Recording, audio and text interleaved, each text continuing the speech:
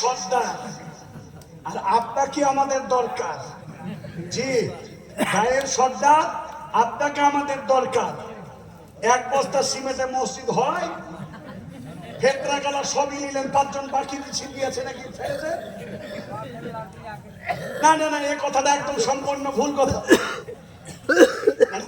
শুনেন, আপনি রাগ করছেন না? রাগ যদি না করেন, আল্লাহ সবাই দিবে, ঠিক। আলহামদুলিল্লাহ, আমি আবদার করে বাপজি বয়সের মানুষ একটু বেশি চাইছি।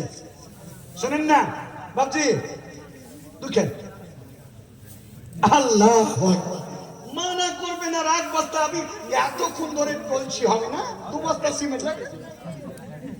জোরে বলেন আলহামদুলিল্লাহ।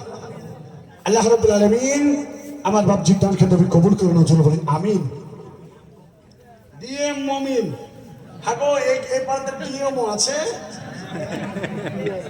ডিএম তো বলছি আমি, আমাদের ওই ডিএম না, ডিএম জেলার ডিএম না, নাম নাম ডিএম, খালদিপুরের ডিএম।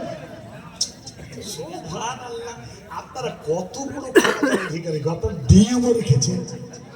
ডিস্ট্রিক্ট ম্যাজিস্ট্রেট ভুল হয়ে গেল, কেম হবে খালদিপুরের ম্যাজিস্ট্রেট নাকি?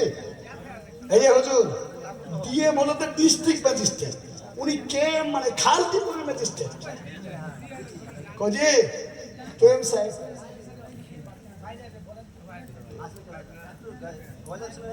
গজল বলবো কি করে?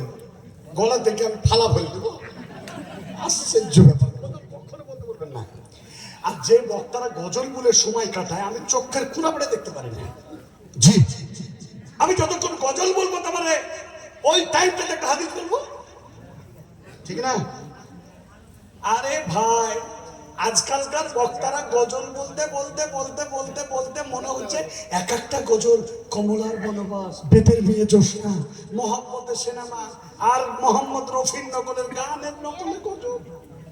আহা, একটা পান বানাও আমার জন্য, এই কত